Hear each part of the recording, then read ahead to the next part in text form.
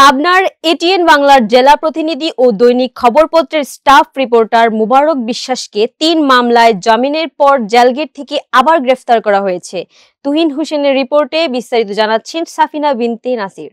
পাবনায় ৩ মামলায় জামিনের পর জেলগেটে আবার গ্রেফতার করা হলো এটিএন বাংলার পাবনা জেলা প্রতিনিধি ও দৈনিক খবরপত্রের স্টাফ রিপোর্টার মুবারক বিশ্বাসকে। পাবনা জেলা গোয়েন্দা পুলিশের ওসির নেতৃত্বে একদল পুলিশ মঙ্গলবারে পাবনা জেলগেট থেকে তাকে গ্রেফতার করে। এ সময় সাংবাদিকরা ডিবি ওসির কাছে গ্রেফতারের কারণ জানতে চাইলে তিনি বলেন, চাটমোহর থানার ওসি সাংবাদিক মুবারক বিশ্বাসকে গ্রেফতারের জন্য রিকুইজিশন লেটার পাঠিয়েছেন। এ বিষয়ে চাটমোহর থানার ওসি জানেন না কিছুই। প্রায় ৬ মাস যাবৎ মুবারক বিশ্বাসকে জেলখানায় আটক রাখা হয়েছে। এই অবস্থায় তার বিরুদ্ধে চাটমোহর থানায় মামলা দেখিয়ে আবার আটক রাখার ব্যবস্থা করা হলো। বিষয়টি কলম সৈনিক ও স্বাধীন সাংবাদিকতার উপর নগ্ন হস্তক্ষেপ বলে মন্তব্য করেছেন পাবনার সাংবাদিক নেতৃবৃন্দ। ইতিপূর্বে মুবারক বিশ্বাসকে হয়রানির উদ্দেশ্যে একইভাবে ৩টি মামলায় জড়িত করা হয়েছে। সবকটি মামলায় তার বিরুদ্ধে উত্থাপিত অভিযোগ মিথ্যা, বানোয়াট ও ভিত্তিহীন। সবগুলো মামলায় তাকে জামিন দেওয়া হয়েছে। জেল থেকে বের হবার পরপরই আবার তাকে জেল গেটে গ্রেফতার করা হয়। একটি অদৃশ্য শক্তির ইশারায় মুবারক বিশ্বাসকে হয়রানি করা হচ্ছে বলে নাম প্রকাশে অনিচ্ছুক একজন পুলিশ কর্মকর্তা জানান। কিন্তু কোন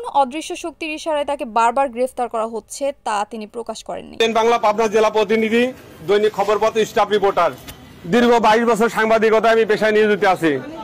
আমি আমার ছাত্র জীবনে আমি পাবনা শহীদ সরকারি বুলবুল কলেজ শাখা ছাত্র দলের সিনিয়র সভাপতি ছিলাম।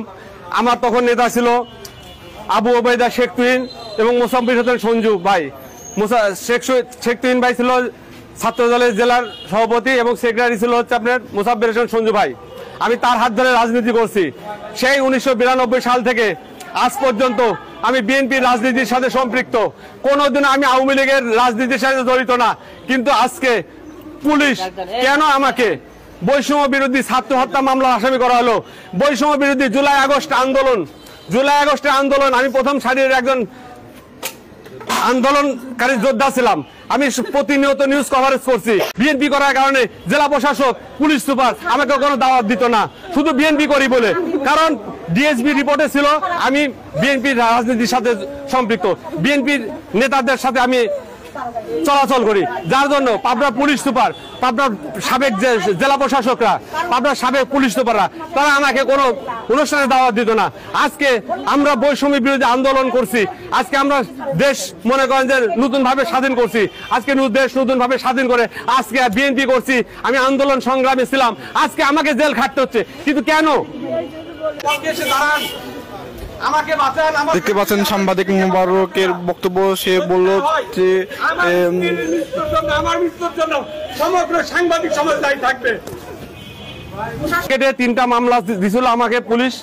জেল গেটের থেকে 3টা মামলায় আমি জামিনে বের হয়েছি।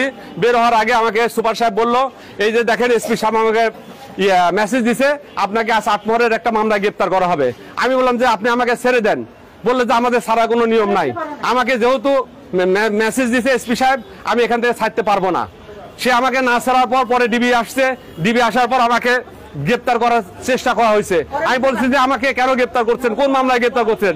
সে বলে যে চাটমোহরের মামলায় গ্রেপ্তার করছে। আমি বলছি ওয়ারেন্টের কপি দেখান। সে ওয়ারেন্টের কপি দেখাইতে পারতেছে না। সে একটা কাগজ দেখাচ্ছে, দেখায় বলতেছে যে আপনাকে গ্রেপ্তার করা হবে।